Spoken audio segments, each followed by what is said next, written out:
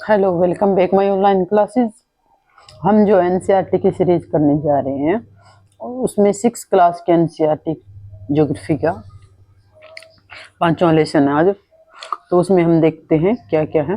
तो सबसे पहले मैं ये बता देना, अगर आप हमारे चैनल पे नए हैं तो ये जो सीरीज चल रही है वो एनसीईआरटी 6 क्लास की ज्योग्राफी की चल रही है। तो ऐसे हम सभी क्लास की एनसीईआरटी करेंगे और ये आपके लिए स्टेट, टीजीटी और पीजीटी के लिए, ज्योग्राफी के लिए, और टीजीटी एसएसटी के लिए, और जो सीईटी के एग्जाम हो रहे हैं उनके लिए जहाँ भी एनसीईआरटी आती है, और केवीएस, एनवीएस, डीएसबी, और क्या है सीटेट के लिए ये आपको हेल्पफुल हो सकती है। तो जो भी क्या है एनसीईआरटी की आप बुक पढ़े तो उससे क्या है बहुत टाइम वेस्ट होता है। तो इसलिए क्या है मैंने जो जो एनसीईआरटी में से जो मेन जहाँ से क्वेश्चन बनते हैं उन चीजों को अंडरलाइन किया हुआ है। तो इस तरह से आपको क्या ना टाइम वेस्ट होगा। अगर आप नोट्स बनाना चाहते तो इसको क्या रीड आउट करके क्या है देख के वीडियो, और जो भी आपको यूँ लगे कि ये आपको याद रखने योग्य चीजें, क्योंकि कुछ चीजें होती है कि हम देखते ही पता लग जाता है कि याद रखने योग्य नहीं है, कि हमें याद होती है, ठीक है। और कुछ एक चीजें है कि हमें माइंड से स्किप हो जाती है, तो उन चीजों को हम क्या है नोट आउट करके अपने नोट्स बना सकते हैं। तो देखते हमारा जो 5वां लेसन है उसको हम देखेंगे। तो हमारा 5वां लेसन है कि पृथ्वी के प्रमुख परिमंडल की कौन कौन से मंडल है पृथ्वी के ऊपर, जैसे वायुमंडल हो गया, जलमंडल, ठीक है, और स्थल मंडल, ये सारे मंडल इसमें दिए हुए। तो देखो कि इसमें क्या क्या आता है। इसमें है कि पृथ्वी की ऐसी सतह है जिसमें पर्यावरण क्या है 3 महत्वपूर्ण घटक आपस में मिलते हैं, एक दूसरे को प्रभावित करते हैं। पृथ्वी के ठोस भाग पर हम रहते हैं उसे क्या कहते हैं, भूमंडल कहते हैं, ठीक है। पृथ्वी के जिस भाग पे हम रहते हैं उसको क्या कहते हैं, भूमंडल कहते हैं, ठीक है। यह स्थल मंडल हो गया। दूसरे गैस की परतें जो पृथ्वी के चारों ओर गिरती है उसको क्या कहते हैं, वायुमंडल कहते हैं। उन गैसों में ऑक्सीजन, नाइट्रोजन, कार्बन डाइऑक्साइड ये प्रमुख गैसें हैं।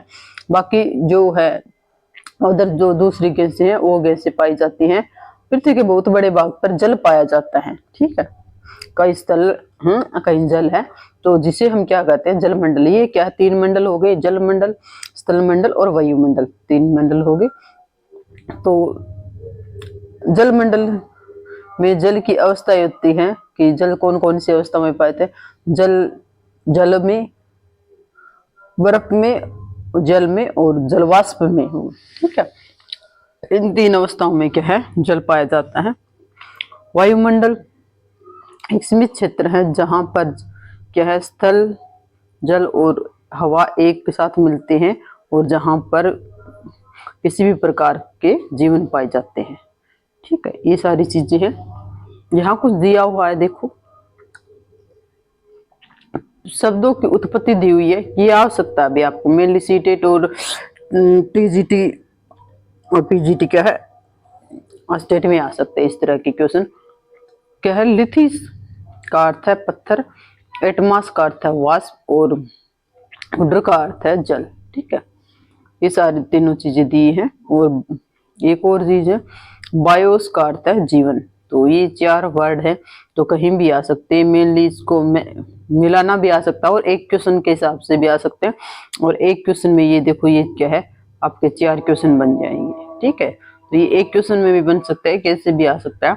और ये भी आ सकता है कि किस भाषा के शब्द है, ग्रीक भाषा का, ठीक है।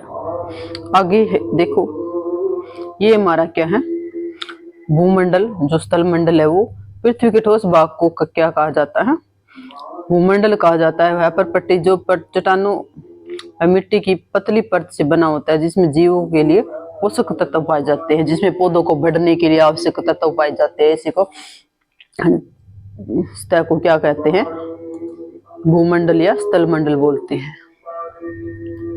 पृथ्वी की सतह में 2 प्रमुख भागों में बांटा जा सकता है। एक तो क्या है पृथ्वी स्थलीय भागों को महाद्वीपों के नाम से जाना जा सकता है और बड़े जलाशयों को महासागरीय बेसिनों के नाम से जाना जा सकता है। विश्व के सभी महासागर आपस में जुड़े हुए हैं, आगे मैप पाएगा उसमें मैं दिखाऊंगी आपको, ठीक है। समुद्र जल तल सभी जगह समान होता है और स्थल की ऊंचाई समुद्र तल से नापा पा जाता है और जिसे शून्य माना जाता है। तो सी लेवल बोलते हैं इसको, समुद्र तल कि जहाँ पे जिसको शून्य मान करो, जहाँ से हाइट मेजर करते हैं वो सी लेवल हो गया, ठीक है। ये जैसे कि ये यहाँ कोई बड़ा बाग है और यहाँ कोई डीप है, इन दोनों के बीच का हम ले लेंगे तो ये जो ये लाइन होगी ये सी लेवल है, इसी से हाइट मानी जाएगी और इसी से जो डीप मानी जाएगी, ठीक है। ये देखो, ठीक है, ये चीजें हैं। क्या क्या है इसमें ये देखो आप, ये हमारा क्या है, एक पूरी क्या, ये हमारी पूरी अर्थ ग्लोब है और इसके ऊपर क्या क्या है, ये हमारे क्या है कॉन्टिनेंट दिए हुए, ये नॉर्थ अमेरिका, ये साउथ अमेरिका, ये यूरोप, ये एशिया, ये अफ्रीका और ये क्या है ऑस्ट्रेलिया, नीचे अंटार्कटिका है, ठीक है। ये सारी चीजें हैं और इसके बाद में जो बचे हुए हैं वो क्या है, वाटर बॉडी है। वाटर बॉडी कौन कौन सी, ये प्रशांत महासागर और इस साइड भी प्रशांत महासागर, क्योंकि ये गोल होने की वजह से आपस में जुड़ी है, तो ये पैसिफिक ओशियन और इस साइड भी पैसिफिक ओशियन। यहाँ हमारा इंडियन ओशियन है और यहाँ हमारा क्या अंटार्कटिक अंध महासागर है और यहाँ नीचे दक्षिणी महासागर है, ऊपर हमारा आर्कटिक महासागर है। ये हमारे महासागर हो गए, ठीक है। और ये हमारा यहाँ पे इंडिया है और ये हमारा ऑस्ट्रेलिया और ये क्या है इसके आइसलैंड और यहाँ पे क्या है अभी कुछ क्या है कैरेबियन कंट्रीज है, ठीक है। इनमें से आपको कोई कंफ्यूज हो तो आप स्क्रीनशॉट लेके इसको अच्छे से देख सकते हो, ठीक है।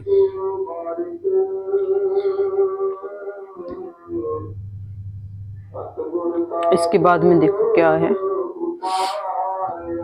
विश्व की सबसे ऊंचा जो है ऊंचाई कहाँ पे पाई जाती है, हिमालय का माउंट एवरेस्ट, ठीक है, जो समुद्र तल से 88-48 किलोमीटर ऊंचा है।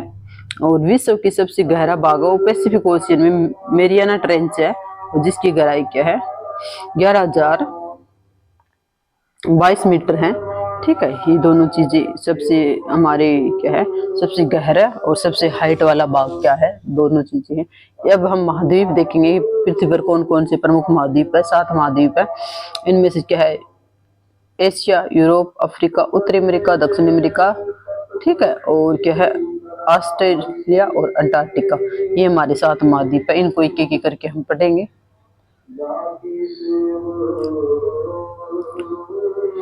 सबसे पहले ये एशिया सबसे बड़ा महाद्वीप है और इस कुल पृथ्वी का कुल क्षेत्र का 1/3 भाग है, ठीक है। यहाँ से भी क्वेश्चन आ सकता है सबसे बड़ा महाद्वीप कौन सा है, और एशिया है जो पूरे पृथ्वी का क्षेत्रफल का कौन सा हिस्सा है, तो क्या है तीसरा हिस्सा है। यह है क्या है पृथ्वी की पूर्वी गोलार्ध में कर्क स्थित है और क्या है कर्क रेखा इससे होकर गुजरती है। एशिया के में पश्चिमी क्या है यूराल पर्वत है और यूरोप से इसे जो अलग करता है। यूरोप और एशिया के संयुक्त भाग को क्या बोल देता है, स्थल खंड को क्या बोलते हैं, यूरेशिया बोलते हैं। यूरोप और एशिया दोनों को मिलाकर क्या बोला जाता है, यूरेशिया बोला जाता है। दूसरा हमारा कॉन्टिनेंट क्या है, यूरोप है। ये क्या है एशिया से बहुत छोटा है।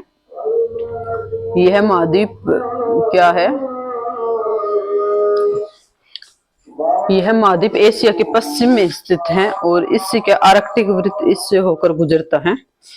यह क्या है तीनों ओर से जल से घिरा हुआ है।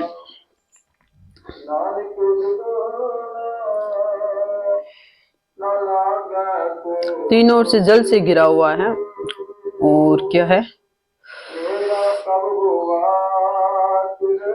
ठीक है। विश्व में मानचित्र में इसमें स्थिति हम देखेंगे जो हमारे एशिया की इसके पास में था, एशिया के साइड जो मैंने बताया था। आगे हमारा जो अफ्रीका, अफ्रीका क्या है विश्व का दूसरा बड़ा महाद्वीप है और क्या है विश्व वृत्त और 0 डिग्री अक्षांश इसके मध्य से वो होकर गुजरती है। अफ्रीका का बहुत बड़ा भाग उत्तरी गोलार्ध में स्थित है और क्या है ऐसा महाद्वीप जिसे कर्क विषुववृत्त और मकर रेखाएं होकर इससे गुजरती है। तीनों रेखाएं इससे गुजरती है। सहारा रेगिस्तान सबसे बड़ा गर्म रेगिस्तान है, इसमें सहारा डेजर्ट है जो कि अफ्रीका में स्थित है। यह चारों तरफ से समुद्र और महासागरों से घिरा हुआ चारों तरफ से। और क्या है इसमें, क्या है, विश्व की सबसे लंबी नदी नील नदी है इसके अंदर। और कर्क रेखा, मकर रेखा और विषुववृत्त क्या है इनसे गुजरता है। तो किन किन क्या कंट्री से गुजरता है वो हम क्या एक लार्ज मैप में देखेंगे, या इनको क्या अलग से करेंगे, क्योंकि सभी महाद्वीपों से कहीं ना कहीं से कौन सी रेखा गुजरती है, तो उनको हमें क्या एक अलग सी क्लास में कर लेंगे। नॉर्थ अमेरिका क्या है विश्व का तीसरा बड़ा महाद्वीप है। या इनको थोड़ा सा ध्यान रखना कि फर्स्ट नंबर से कौन सा, सेकंड नंबर से जो हम बता रही हूँ, तो उनको सीक्वेंस से आप याद करना कि इनको आ सकता है इस सीक्वेंस में लगाना। दक्षिण अमेरिका एक संकर स्थल से जुड़ा हुआ है जिसको क्या है पनामा संधि। तो ये भी आ सकता है कि नॉर्थ अमेरिका और साउथ अमेरिका किस वो स्थलखंड से जुड़े हुए हैं, तो उसको हम क्या कहते हैं, पनामा संधि बोला गया है। ये देखो, ये जो स्थल संधि है इसको पनामा बोला गया भाई।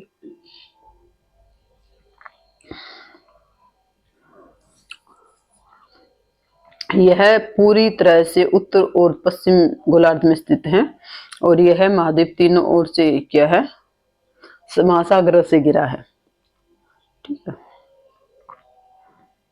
आगे हमारा है दक्षिण अमेरिका, ये वाला भाग। यह क्या है अधिकांश दक्षिणी गोलार्ध में है। पूर्व और पश्चिम में कौन कौन से महासागर है, इसके पूर्व पूर्व में क्या है अंध महासागर, और पश्चिम में प्रशांत महासागर। एंडीज पर्वत श्रृंखला है, यहाँ पे इसकी क्या एंडीज पर्वत श्रृंखला है। और दक्षिण अमेरिका के विश्व की सबसे बड़ी लंबी अमेजन, यहाँ पे अमेजन नदी है। इसके बाद में ऑस्ट्रेलिया है नीचे। ऑस्ट्रेलिया विश्व का सबसे छोटा महाद्वीप है। यह पूरी तरह से दक्षिणी गोलार्ध में है, और यह चारों तरफ से जल समुद्र और महासागरों से घिरा हुआ है। महाद्वीपीय द्वीप बोला जाता है इसको। ठीक है, द्वीपीय महाद्वीप, सॉरी द्वीपीय महाद्वीप। कौन से से क्वेश्चन हो सकता है भाई, कौन से कॉन्टिनेंट को द्वीपीय महाद्वीप बोला जाता है, तो आप इसको थोड़ा सा ध्यान रखना। आगे है आर्कटिक। आर्कटिक महाद्वीप है, ये क्या है दक्षिणी गोलार्ध में स्थित है, और यह क्या है दक्षिणी ध्रुव में केवल मध्य में स्थित है। यह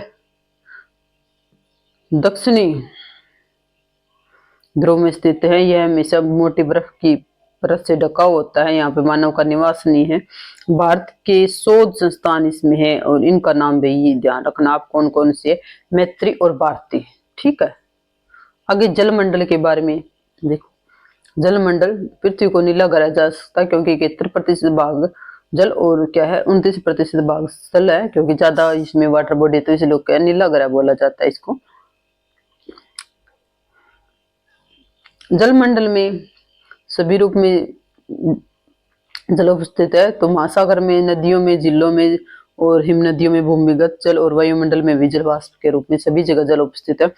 पृथ्वी में पाए जाने वाले जल का 97% भाग अधिकांश क्या महासागरों में पाया जाता है, और यह इतना अधिक खारा होता है कि ये पीने योग्य नहीं होता।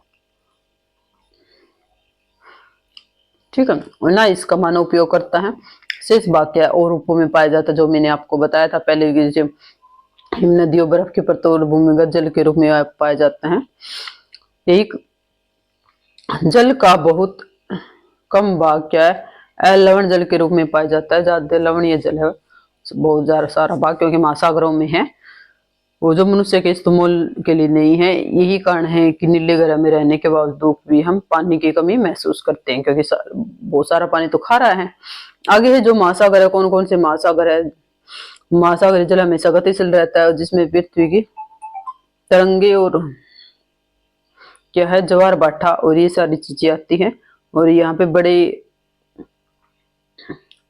आकार के कारण यहाँ पे क्या है महासागर, प्रशांत महासागर, अंटार्कटिक महासागर, हिंद महासागर, दक्षिणी महासागर और क्या आर्कटिक महासागर, ये सारे महासागर हैं। तो इनको थोड़ी सी सीक्वेंस से याद रखना। प्रशांत महासागर, दूसरा क्या है अंटार्कटिक महासागर, हिंद महासागर और दक्षिणी महासागर। ठीक है, और आर्कटिक महासागर। तो PAISA पैसा से आपको इसको याद रख सकते हो सीक्वेंस से।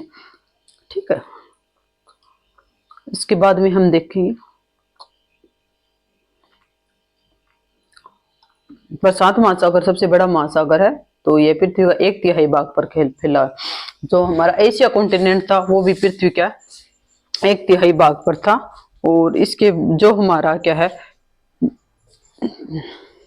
जो हमारा पैसिफिक ओशियन है वो भी क्या है, पृथ्वी के 1/3 भाग पर फैला हुआ है। इसमें जो सबसे गहरा स्थान था वो मेरियाना ट्रेंच है। और क्या है, वो पहले भी आया था, जिसकी गहराई क्या बताई थी मैंने, आप अगर आपको याद हो तो थोड़ा कमेंट करके बताइए कि उसकी गहराई क्या थी। वो तो बावर का जा रहे हैं, बावर का क्या पढ़ाना क्लास चल रही थी।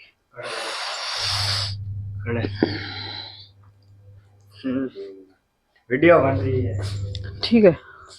और इसमें जो सबसे गहरा स्थान था वो था और मेरियाना ट्रेंच। और प्रशांत महासागर एक वृत्ताकार महासागर है। एशिया, ऑस्ट्रेलिया, दक्षिणी, उत्तरी और दक्षिणी अमेरिका इसके चारों ओर स्थित हैं। और इन महासागरों की स्थिति आप जो मैप मैंने बताया था उसमें आप देख सकते हो कहाँ कहाँ और कहाँ स्थित है। इसके बाद में दूसरा महासागर है हमारा, कौन सा, सॉरी,